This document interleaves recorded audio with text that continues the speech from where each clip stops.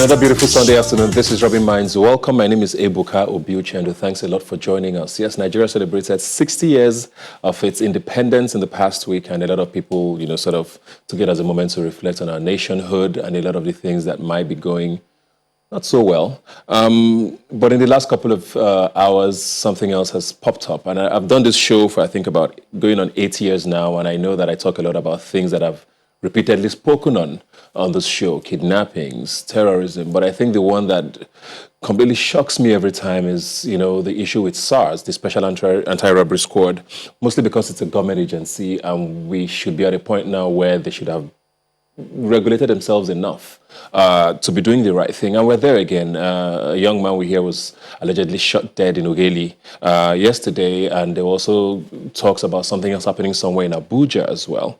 And of course, the hashtag has taken over social media, talking about the SARS being disbanded, the hashtag EndSARS, which a lot of Nigerians have been conversant with for the last 3 years. But in the last couple of minutes, the Nigerian police handle officially tweeted the following: all SARS, STS, IRT, and other tactical police squads operating at federal, zonal, and command levels are hereby banned from carrying out routine patrols and other conventional low-risk duties. Stop and search duties, checkpoints, roadblocks, traffic checks, etc., with immediate effect. I'm joined here by Sandra Ezekwesili. We have a lot to talk about. Thanks for being here today. First of all, you see the tweets, they're talking about no more searching of mobile phones, laptops, and smart devices. They are now meant to concentrate solely on cases of armed robberies, kidnapping, and other violent crimes, which is what they're set up to do. Do you believe that? Do I believe that this is going to end? No, I do not. This is not the first time. This is not the first outcry. This is not the first EndSARS campaign. In fact, we had an EndSARS campaign that looked like it yielded results sometime 2 years ago, I think, or 2 or 3 years ago, when we had Professor Osinbajo come out and announce a lot of reforms and said they were having conversations, and all of these things were supposed to lead to an end of the brutality that Nigerians are suffering at the hands of SARS. So this is one more lip service that is being paid to this particular problem. I don't think that this time around anything different will happen. And so you have a lot of Nigerians who are saying, for instance, disband them instead of taking them off of the streets, disband SARS. And I was having a conversation this morning and I said, disbanding SARS isn't the answer. Disbanding SARS means that those officers are going to go into other places, still in the system. They're still in the system. So what we need is a reformation of our policing system. We have a policing system that we inherited from the colonial masters, a police system that was created to occupy and oppress. We have police officers today who were not alive in 1960 or 1970, who were not a part of the policing system of the 60s or the 70s, and yet they've inherited the occupy and oppress mentality instead of the protect and serve mentality. Ebuka, on my way here today, I was asking myself, do I wear a wig or do I carry my locks? But okay, well, you're kind of lucky because SARS really doesn't stop women from wearing locks. But then I was also thinking about the fact that if SARS does stop me, I could go to jail, be raped, and killed. For the men, you go to jail and killed. For me, I will suffer the indignity of being raped first and then killed. And yet we're having conversations about, let's get them off the streets, and that's the answer. A conversation that we've had again and again and again.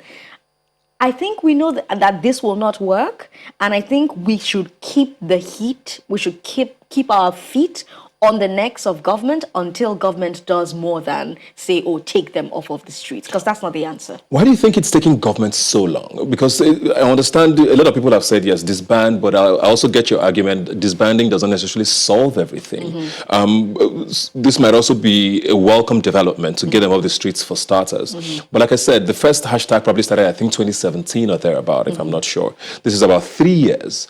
We did have Vice President Osinbajo come out and speak up one time but it hasn't stopped anything. Why do you think government hasn't been proactive enough with this issue? Because we have actors in government who need the dysfunction. You have elections happen, for instance, and there are reports that often emerge of some of these operatives being the ones that are used to carry out violence, to rig the elections. So some of these people are in the employ of some government officials, right? Now, these are not my words. These are reports that you have journalists getting from the field in the course of doing their work. And so if there's no political will to put a stop to Nigerians dying every day, you have to ask yourself, who's benefiting from this? Whose interests are being protected by a system that continues to kill young Nigerians? So you're talking about end SARS and reform SARS. The debates for a lot of Nigerians, they want it ended. They want it disbanded. I don't know what's going to happen to the officials, like you've said. The reform side, how does the reform then work? It looks like a very long-term plan. But in the short term, what should be done? In the short term, I think what we need to do is get a bit more forceful with enforcing less brutal interface with policing. So when people are interacting with the police, when the people are talking with the police, when the people are meeting the police interaction shouldn't end with the brutality that it often does. And the police hierarchy needs to get more serious about enforcing punishment for police officers who do this. If you dismiss them from service, if you jail them, if you know, after they go to court and they're found guilty, and you jail them, if they have to pay heavy fines, perhaps, maybe we don't get as many reports as we are getting. And while that is happening, you are simultaneously training and retraining these people about how policing is done in 2020. Because, Ebuka, Nigeria's education is abysmal. And a lot of the police officers we have today went through the Nigerian education system. And you have a situation where a lot of these police officers that we are interacting with every day, we're interfacing with every day, do not know better. And if you do not train them to know better, I've spoken, for instance, with the PRO of the police, both federal and state. I've spoken with commissioners of police on my show. And when you have them on, they tell you about all the different kinds of trainings that they make the police go through. You know, they train them, you know, things like forensics, they make them go through psychiatric evaluation. But you interact with the average policeman on the street and you don't get the sense that this person is well trained. So perhaps we need to go back to that while we are enforcing strict punishments for police officers who err. I'm not saying that they all err, but for those ones that err, punish them. Let that serve as a deterrent to the police officers who may want to err in the future. If we continue to reward bad behavior with zero punishment, young Nigerians will continue to get killed for just existing. There's a constant debate that's gone on for years now about state policing. And I know one of the statements that were put out by the tweets talked about, you know, putting more responsibility with the state commissioners of police, you know, to make sure that this new guideline is enforced with regards to banning them from the roads. Is this something we should start looking at? Is the federal system of our policing working? It's obviously because not. There's too much of a burden, it looks like, on the Inspector General of Police, which is why every other year we hear that roadblocks are banned, but the roadblocks don't go anywhere because nobody seems to be close enough to the monitoring to make sure that these things happen. How are we sure this is now going to work when the center in Abuja seems to be saying something, but we don't know what's going to happen in Oworoshoki tomorrow or in Aba the next day? How do we start, you know, having that conversation to say, okay, we need to decentralize this thing a little more? We're already having that conversation. We've been having that conversation for a long time. Community policing is something that needs to happen. Whether or not the states will be able to handle it is a different conversation entirely. Which is the fear for a lot of people. Yes, but that's a different conversation entirely. But does community policing need to happen? Yes, it does. We need to have police officers who know the communities. We need to have people in the police who are from those communities. That's how it happens in different parts of the world. In the 21st century, you cannot have a police officer who sees somebody in the neighborhood and doesn't know that this person shouldn't be in this neighborhood. That's what it's about. And so I was glad when there was an announcement about recruitment of police constables, and there were plans to make that happen. And, there were plans for training, and then there was the big conversation about whether they will be paid or they will not be paid. All of those things are conversations that need to happen because, of course, you do need community policemen and women, and you do need to pay them. And if you're not going to be paying them, we do hope that you're not going to be arming them, because you have somebody doing the very difficult job of policing a community, and then you give them arms, and then you don't pay them, or you don't pay them sufficiently, or you don't pay them consistently. And what you have is somebody who is a willing tool in the hands of the quote-unquote devil. So this person says, well, government no dey pay me, I got make money somehow, I get gone, make a fine way where we take make money. Do we need community police? Yes. Is that the answer to a lot of community security challenges? Yes. Are we ready to do it right this minute? That's a conversation I'm going to leave for the policy analysts and the policy makers to answer. So it makes me wonder, how do we enforce this now? And how do we hold, because there's a lot of anger right now. If you go on social media, if you're having conversations with what's happened in the past couple of days, or in the last couple of hours even, there's a lot of anger, a lot of famous people are speaking up even and, just damning the consequences, because it's like enough. At this point, it's enough. I'm even hearing whispers about protests, being planned and all of that. How do we hold people responsible now? Because we hear constantly the commissioners of police are not necessarily answerable completely to the state governors. They are still answerable to the center in Abuja. How do we hold these commissioners responsible? Do we all march to Abuja to hold people responsible? It always makes it's a little confusing as to who do we ask for answers. So the chief security officer of every state is the governor of the state. And if as a governor of a state, your citizens are dying and dying unavoidably, it is your job to find a solution to that problem. We don't care how you do it, just do it. If it means that you have meetings with the IGP and the president and you sit with them in a room until they find answers to that particular problem, you do it, because it's your job as the chief security officer of your state to protect the lives and property of citizens of your state. And so where the pressure starts is with the governor of each of those states where we have police violence. Now, while you're pressuring the governor, you're also pressuring the person that you've elected to represent you. So you have different House of Assembly areas, right? Constituents, right? And you have the people who are representing you in those different constituencies, House of Assembly, House of Reps. How about you give them a call? How about you get them to speak on this issue? How about you pressure them to pressure the governor, to pressure the IGP of police, who, finds a way to end this problem? But the thing is, we don't know how to sustain our anger. We get angry and we move on. We're very quick to move on. Our anger is very fleeting. It's a good thing, except that we're dying. So perhaps this is time to get angry, stay angry until we get results. And the results do not look like they are banned from patrol. That's not a good enough result. They're banned from patrol. We've heard that before. We're going to hear it again because they're going to come back onto the streets to patrol, and we're going to have more killings happen, and then we're going to trend another hashtag, and then they're going to ban them yet again. Well, we're joined now by Timi Olagunju via Skype, who's a public affairs analyst. Timi, if you can hear me, we're having this conversation because, if you're in Nigeria, you definitely know what's going on right now. End SARS versus reform SARS. There seems to be a bit of a debate as to what should be done at this moment. There seems to be an overwhelming support for ending it completely, though. What's your take on this? The support for ending it is in good shape, policy-wise. When we forget history, we are doomed to repeat the same.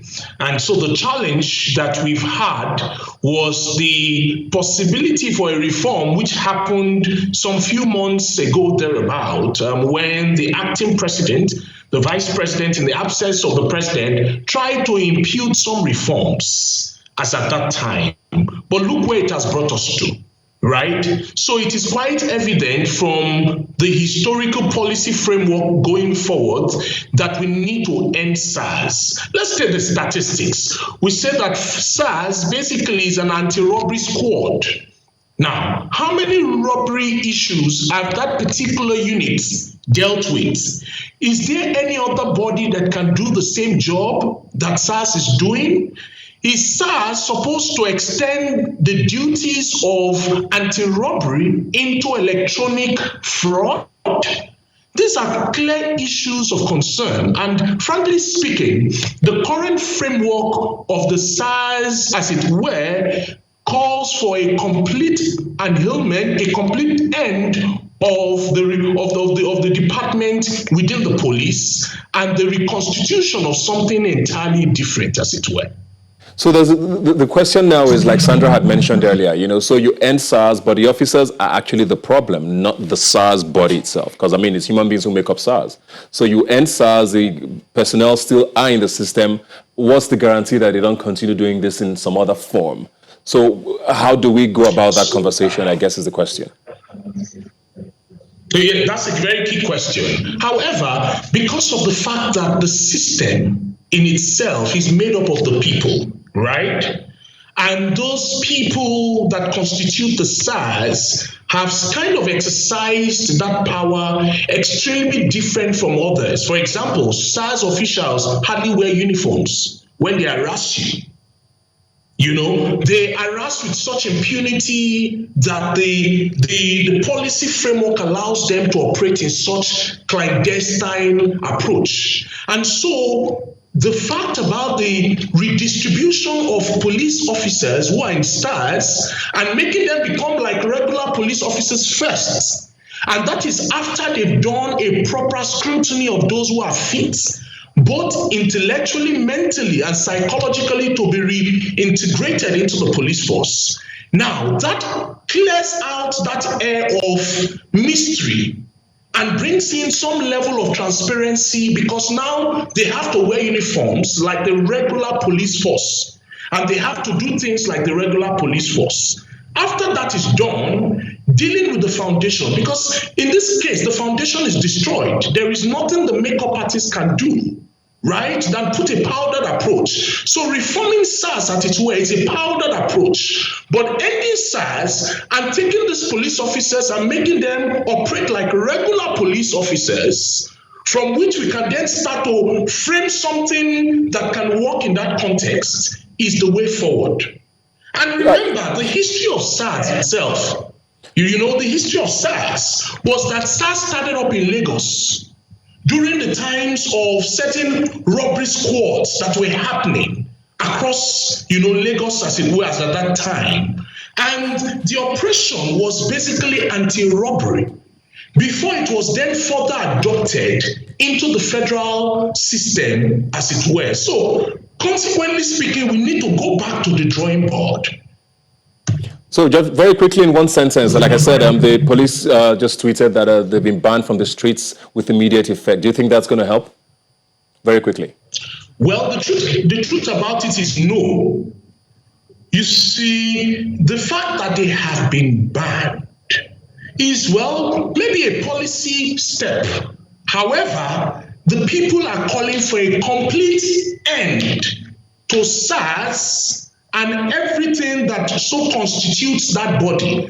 And the reason is simple. You see, telling this particular frame that has taken is a policy action, but it is not a policy action that hits to the root of the matter, right?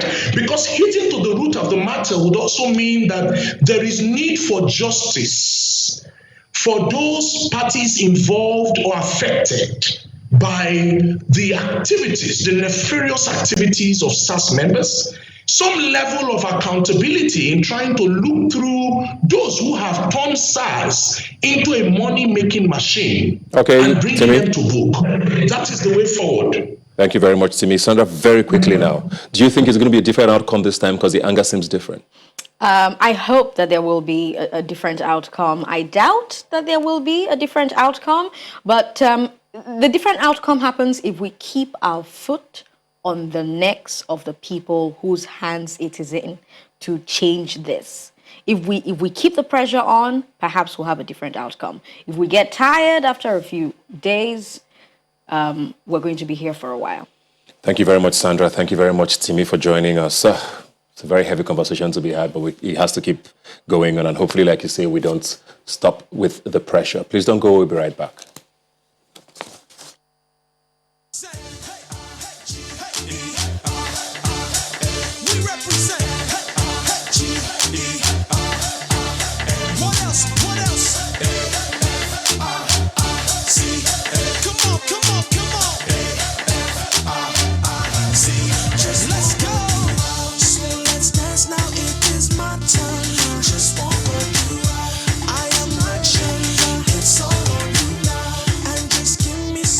Well, welcome back. We're going to switch conversations now, but while we do that, don't forget, so please keep the pressure on, keep the conversation going on social media, wherever you are, about, the SARS issue. But we're going to be talking about the Ondo State elections now. Yeah, Ondo State has come and gone, and Ondo State is in the focal point now. On the 10th of October, people of Ondo State will be going to the polls to elect a governor for the state. And I'm joined now by Omolarapu Solataiwo. Thanks for being here today. Thank you for having me. Yes, there was a lot of people who were a little disappointed, apparently, that when the Edo State elections were going on, not a lot of focus was put on education. There was a lot of talk about godfathers, and a bit of infrastructure here and there, but education didn't get enough of attention. Did you feel that way about it? Yes, apparently, I felt that way because education is the bedrock of every society. And then I believe if there is any government who is going to be serious with development and what have you, education is a very important aspect of the society that they should talk about. Yeah. I mean, you're a teacher. In the last couple of years, have you seen significant improvements, or have you seen policy, state government, federal government, that has made you a little bit, hopeful about the educational system here? Wow. None. Seriously, none. And being a teacher, like I would tell people that most times they tend to accuse teachers of being the ones who are not doing too well, or who are the ones who are this and all that. But then for me, I do tell them that even teachers, we are also victims as far as these policies are concerned. Yeah. Because as a teacher, I can't, as far as the Nigerian educational system is concerned, I can't go to class today and say, oh, today we are not going to use books. Let's just all go outside and learn practically. The policymakers will be like, is that what you're meant to do? Like, that is not in the curriculum. That is not what you are being paid to do. You are being paid to be in the classroom, to teach, to talk, have students neatly and nicely rolled, like, what have you. Like, the educational system in Nigeria is not that creative. That is how I see it. And then when we have teachers who are trying to move away from that archaic or same old way of doing things, it's either you're being termed as being insubordinate, you're trying to be more than what you can do, and all what have you. So, I mean, the Ondo State elections are coming up now. Are these the same kind of complaints you have from the educational system there? And just looking at the election, are you happy with the focus that's been put on education at all? Actually, I think the focus on education for Ondo State politics or the coming election right now is on the aspect of the school fee. And for me, I believe that is a good place to start. Now, the government increased the school fee and said, if you want to have quality education, you have to pay more and all that. Fine. But then, even as a leader, what sacrifice are you making for these people? I think just yesterday, there was this forth and back between the governor and the deputy about, you have XYZ amounts you're collecting, you have this, this is what is being sent to my... Fine. And this same government is saying that they cannot adequately fund education, yet you have such huge amount of money that you're spending between you and your families, your cronies, and all what have you. And then if you're saying that you want to increase the school fees, the parents that are going to pay for these school fees, what are they doing? You can't tell me to pay for a particular service because you can't, you can't increase the rate of a particular service, and then as government, you're not giving me an opportunity or an avenue to be able to pay for that service. It's either you're telling all that children of the poor or the masses should not go to school, or you are telling us to look for other ways of getting the money. So apparently the school fee is a good way to start as far as education is concerned for the... Yeah. Well, we're joined now by Oluyemi Fashikpe via Skype. If you can hear me, how are you doing? A lot has been said and seen with regards to the Ondo State elections. Unfortunately, a lot has been about the governor and his deputy or his former deputy and party crossings and who's going to run in what platform and all of that. Do you get a sense that the people of Ondo State are getting what they want to hear from these candidates? Well, if you ask me, I think we should have a campaign that should be EU-based. If you're campaigning to be a governor, then your campaign should be EU-based. You have to come tell us, let your mandate tell us what you're coming to offer us. And for the incumbent, tell us what you have done in the past and what you'll probably do if you're elected. So basically, I'm not, if you ask me, I'll tell you, I'm not impressed with the type of campaign I see around Ondo the sites, because I've seen them throwing around abuses. The deputy accusing somebody, the governor accusing. So I think basically we should have gone past this type of election campaign. If you're coming to lead a state, coming to get elected as a governor, you should come tell us what you have to offer us and not what's looking for faults of what has happened before. I think we are moving forward, should be moving forward and not taking us back to what we all actually experienced. So the campaign so far to me has not been EU-based enough. So basically, I think they should do more. If you're coming to be our governor, tell us what you want to do. Actually, we know that probably there were some things that were not properly done in the past. So basically, we all know all of this. And tell us what the new things you're introducing. Give us a reason to vote you, not just telling us the bad thing about this and interchanging abuses and all. It's basically not what we want. We have an incumbent governor there who a lot of people, I mean, he has put out a lot of, talk about what he's done for the state. You don't think that's enough? I mean, his actions, are they not loud enough to say, okay, this is my track record?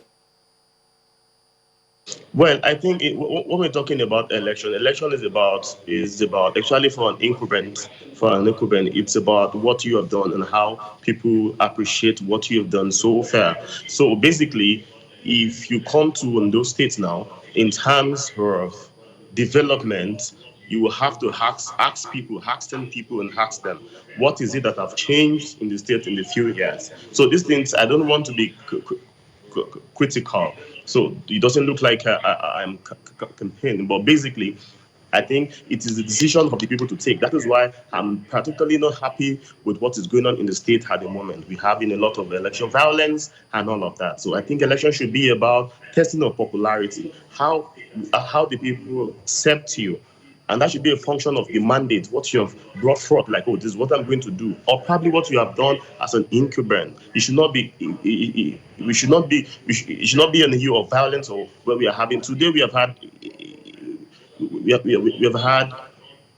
gunshots a lot of places. Somebody was killed yesterday, somebody was killed today at the state capital, and these things didn't happen a lot of years before now. This is not our first election. We've had elections before now, and it was not this violent. So basically, I want to use the medium to call on the candidates to call their supporters to others. We are not going to war. We are going to an election. And this election, if you want to be our governor, come forth and tell us what actually you want to do. Give us a reason to vote for you.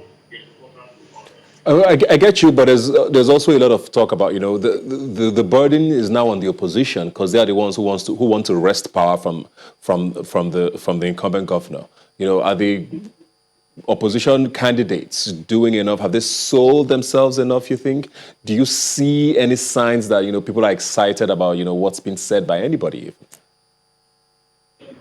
Well, our situation here, we have an opposition, we have a third force. So basically, the election is going to be between ZLP, PDP, and APC. So far as me have seen, I think they are all trying to push. They all have their supporters. So basically, I'm more interested in the most popular candidate being elected. The incumbent has his anticipated. Then they know what he has done. If the people think, oh, he should be re-elected, then that should be done. Do you understand? So the PDP, they are doing they are on with their campaigns, and it's going on. But what we don't understand here is what I have problems with is the violence that is coming here. And basically, if you check the reports around, it's between the APC and the PDP. I don't think we should have violence. I don't think our election should be violent. Ondo State is known to be a very peaceful state. This is the first time our election is going in this dimension, and we are sad. We are not happy, basically. So whoever wants to become our governor should give us reasons to either elect him or elect the person. It should not be by violence. Okay. They are pushing their popularity, and we can all see that. I definitely agree with you. I mean, violence is never the answer. Let me come to you now, Malara. Why do you think it's so hard for politics here to be issue-based? I mean, we had the Edo State governorship elections. It was completely almost overtaken by who was sponsoring who, which godfather was where. You know, same thing seems to be happening here from what he's saying now. We're hearing about violence. We're hearing about, who's in what party. Why do issues not seem to excite the candidates enough? Is it a problem with the electorate, maybe? Yeah, for me, I think the electorate have a whole lot of role to play when it comes to that. Because most times we notice that when it's time for election, people hardly care about what you have to offer them, and what you have to offer when you get to the seat. It's about what you have to offer at that point in time. And also, I think it's, I would say the problem lies in us. Because even for those seeking the office, at the end of the day, when they get to Abuja or the capital city or what have you, they neglect those they were meant to look after. And because of that, probably because of, let me say, because of shared experience, those people just felt, when another person comes, there's no point asking them what do we go there to do for us or what have you. Let's just collect whatever we can have from them right now and let's just be okay with that. But like you said, Ondo State is one of those states where, I mean, we haven't particularly, it's not been the most peaceful state, but we don't necessarily associate it with violence per se. And things seem to be different this time. Does it mean we're retrogressing generally? I mean, in Ondo State, the elections itself ended up being smooth, for want of a better word. But the lead up to it was pretty hectic and tense. You know, are we doing worse than we were in the past? What's going on? We can't say we are getting better or we're moving forward. If before elections we are hearing of violence, people being mined, being killed, oppositions clashing and all that, apparently we are retrogressing. And I don't think, apparently it is not even good for any country, third world, first world, or what have you. It is not good for any country just because of elections and people are already killing themselves and all that. So, and already I'm scared for Saturday. Because if pre-10th of October, things are like this, then I can imagine what will happen on that day. Yeah. How do citizens become different? You've said, yes, a lot of it, the blame is heaped on people. Because if people demand better or demand different, they would get different. But we're at a place where people are blamed on poverty and they say the politicians intentionally don't want the citizens to do better because when you are that way, they can sort of manipulate you however they want. Is there a way out of this, you think, this kind of cycle? Yes, for me, I believe the way out of this circle stay in us, like the citizens. What do we want? Do we want to keep recycling leaders or we want people who we can actually hold accountable? Now, when we talk about being accountable or accountability, we most times think about the president and the governor. But then we have those who are in the House of Assembly, the State House of Assembly, we have the House of Rep, we have the senators. Most times we don't even talk about them. The senators, what kind of law are they making? What are those things that when they go to the floor, to the Senate to talk about, that even we as citizens, we are happy about them, that, they are really discussing what is affecting this nation, or they are just there to throw chairs at each other and steal the maize. Then we as citizens, we have to be, we have to ask them for accountability, quite all right. But on the other side, don't forget that it is even within us that we choose our leaders. So whoever is leading us is just like we are saying this is the best among us, and that is why we've chosen this person to lead us or to be our representative. So it's not just about governors and presidents alone. I believe even the local government chairman, the councillors, somebody in Nigeria will be a councillor and they're not even living in that jurisdiction. Like, it is that bad. Yet when they come back, you see them sharing noodles, Maggi, Gary, and all what have you, and the people will start ailing them because nobody is asking them. And at the end of the day, you start saying, the president is a very good man, he's very this. But then your councillor that you can see every now and then, what are you demanding from him? What accountability are you asking from them? From them. None. Let me come to you, Liam. With the people of Ondo State, what is paramount for them? going forward? What is the biggest issue that they want to see tackled? Is it jobs? Is it a problem of infrastructure? Is it security? What is paramount on the Ondo voters' mind? Yeah, basically before now, I don't think we have a lot of issues around security. Development has been slow but going. But if you ask me, I think one thing I particularly do I'm not happy about at the moment, it's our educational status. In the past 3-4 years, the tuition fee of our institutions has been hiked by over 300%, and I'm sure that has led to a lot of people dropping out of schools. So that is one of the things that makes us looking hard for. Though it was recently reversed, I think it was reduced to a certain amount. But then, you don't understand it when you were paying 30K in school and you wake up one day and it's been increased to like 150K without anything else adding to that school, like some sort of things, new things being introduced. Such things lead to a lot of people dropping out of school. So basically, have more issues with our education. Then in the south, I think we have a lot of issues around electricity, which is one of their major problem. And I think whoever is going to become our governor needs to address those two. It's really, really important. Electricity is really not good in the south. And in terms of education, we need an avenue where our people will be more will have more access to education. So, and that can only happen when we don't have a too expensive tuition. So basically, those are the two major things that I think we need to really attend to at the moment. And I hope that all of our three major candidates who are contesting for the election are listening to this. Those are the major issues we are having in the state at the moment. Very quickly, before we go, are you hopeful for Saturday? Yes, I am.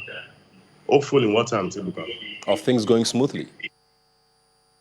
Well, I want to believe that everything is going to be under control. I want to believe that what the pre-election violence that we have seen in the past few days will stop like almost immediately, because today we had an outcry today, and I know that the authorities are listening and they're watching and they will do the needful. What I'll just say is I want to encourage everyone to come out on Saturday regardless and exercise their civic responsibility in terms of voting for their choice of candidate so that we can elect our governor. And I don't think I see things going smoothly, basically. All right. Very quickly now, Omara, you mentioned education there, which is also something you talked about. Ondo State, I mean, it was always a shining star when it comes to education. Yes. Ondo Ekiti, are you hopeful for the future for them? Very quickly. Really, I'm hopeful for them, and I hope whoever would be the winner by this time next week, Sunday, will take the issue of education as a very serious one. Because like I said earlier, if any society is very serious about development, then education is one key sector they have to look into. So I'm hopeful that for them, I'm hopeful for the people of Ondo State that they will make the right choice. Yeah. And is it just a tuition issue, you think? Not just a tuition issue, apparently, because even if teachers are not well paid, you don't expect me to go to class with an empty stomach and you want me to teach enthusiastically or teach very well. It's not possible. So not just about tuition fee. Even teachers need to be taken care of. Then we also need infrastructures. You don't just go to school and sit on the ground and you expect that child to assimilate easily or very well. Yeah. So it's all around infrastructure, welfare of the teachers, and even welfare of the parents. Because parents who are not doing well, you don't expect them to send their children to school. They rather ask that child to go and hawk to make money for the family. Well, thank you very much for joining us. I'm looking forward to a peaceful elections. We can only hope that things go smoothly and the violence goes away. Most importantly, whatever else happens, we pray against that. But violence, I think, is definitely where everybody should draw the line, and hopefully everything goes smoothly. We'll take a break now and be right back. Please don't go away. We represent. What else? Come on.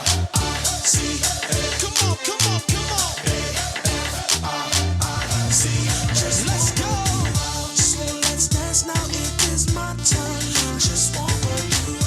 I am ready for your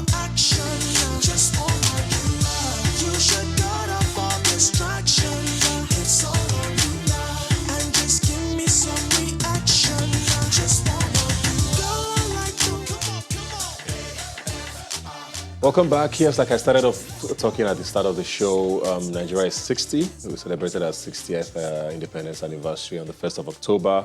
But of course, the issue of SARS and all of the mishaps that they have caused seems to be topping the discussions today. And a lot of celebrities have spoken up about it and have lent their voice to the hashtag and the campaign going on online. I'm joined now by one of them, Oshbebe, via Skype. Oshbebe, how are you doing? Hey, Ebuka, I'm fine. How are you? Very well, thank you. Yes, before we talk about Nigeria at 60, like I said, NSARS seems to be dominating the conversation now, and I know it's something that you also have a lot to talk about. What are your thoughts on what's happening right now? Well, basically, it's the same old story, and I don't know when we're going to end talking about NSAS, and because obviously we just speak, and probably the government just like to hear us talk about NSAS, and they don't want to do anything. Every time we say NSAS, something bad has happened, and they probably just make it feel like it's the same clamor for Black Lives Matter. This is beyond Black Lives. These are same citizens that you need to protect. You're giving serious issues, victimizing them and brutalizing them. It's the brutalization for me that's major. The issue in Ugeli, I'm in Delta State right now, and I actually even passed through Ugeli to get to Owerri right now. And we actually got information like you did that, okay, they didn't kill the guy, but why do you even have to let somebody fall off your truck that you're arresting? It's the same thing we're saying. So either you're trying to make it look like you are trying to protect the people or something just happened because they caused it. There are so many unprofessional ways that they, meant out their duties, and that's what we are suffering from. So we just need them to. I won't say they should shut it down because we know obviously that stars are actually doing a lot of work, and when it comes to apprehending very terrible criminals and all of that, but I think they should make good by getting the bad eggs out if they can, and just shut it down since it's just looking for Yahoo boys that is a business. They are not really doing the job that I want them to do. Really. So when things like this happen, there's always a lot of people who call out celebrities or people No, in the thank limelight you. saying you need Thank to you. speak up. Like, Do you feel a like responsibility to speak up in a time like this? let me be very fair. We are always when we get into an election year or probably there's an election happening. These are jobs for other people. We only just find that okay, people are pressuring celebrities to come and talk about what people are sitting there as probably honorables, or probably senators, or probably local government chairmen, or probably governors. There are people that that are responsible for that duty, and you want to turn celebrities to the senators, to the House of Rep, and all of that.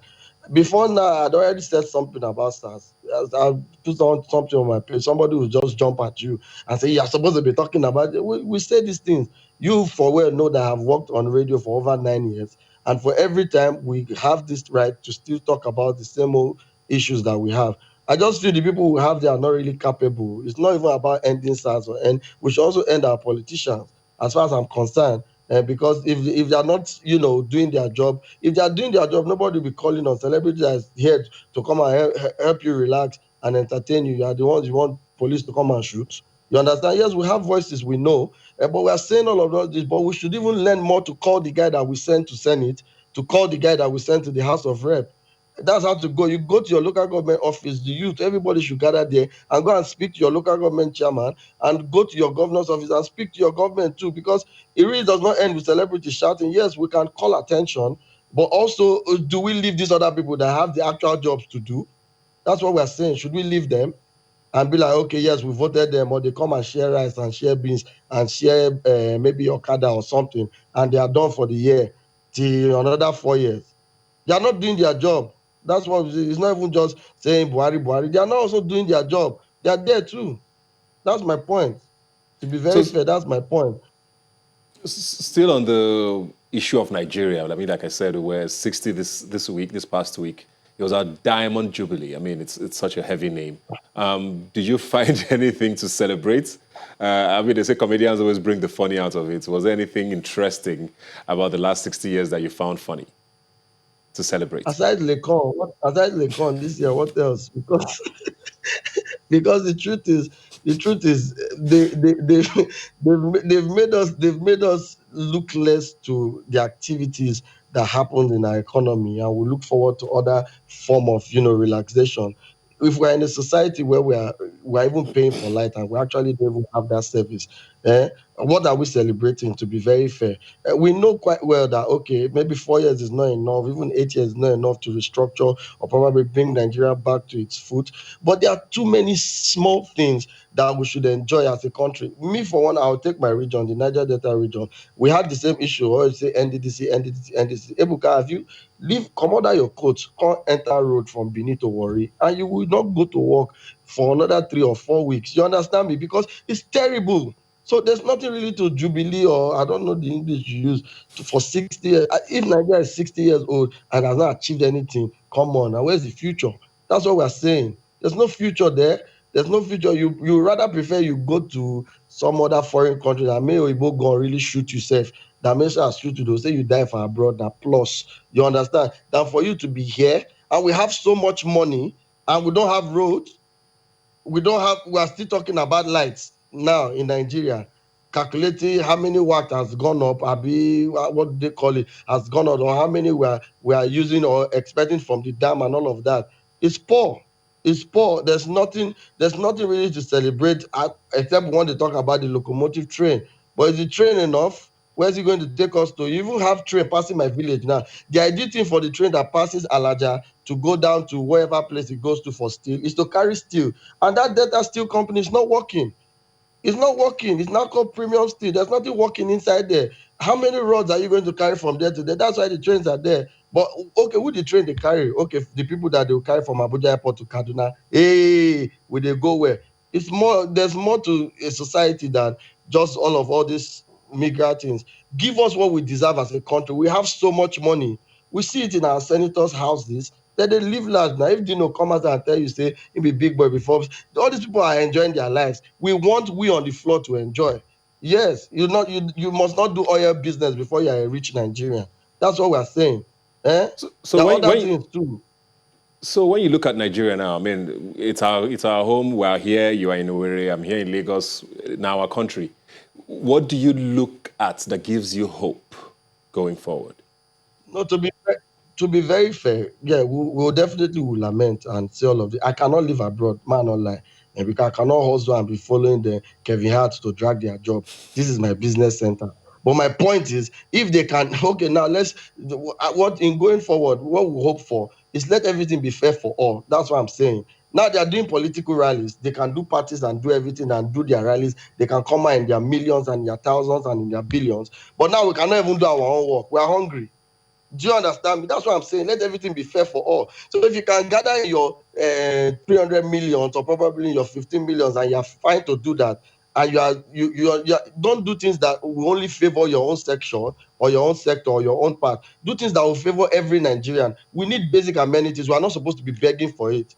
Going forward, Nigeria is a fine place. People are trying, but at least the economy right now needs to favor other businesses, small scale businesses, to be very fair. Even how much are they going to make? We know light has gone up. It's long overdue. We actually know that. But these people that have made this, they have made us used to awoof things in Nigeria because they are the ones benefiting from the subsidy and the awoof. That's why we have a problem with this increase. That's what we're saying. Let it be fair for everyone. It's hard for us, so bro. And how much I'm spending for light right now as we speak. It's not fair. No work since 6 months. But Ebuka has been making money. Oh God. It's time for you to go, Ashbebe. I know. I was told you. Thanks a lot for joining us, man. Good luck with everything. Yeah, thanks, bro. And please stay safe. Yeah, you too. All right, thank you very much. But like I always say, you can follow the conversation on Twitter. Rubbin Minds Now is the handle. Please use the hashtag Rubbin Minds when you tweet at us. And please keep up the pressure. Nigerians need to stay alive and stay safe. And the Special Anti-Robbery Squad needs to be sane. I'll see you next week.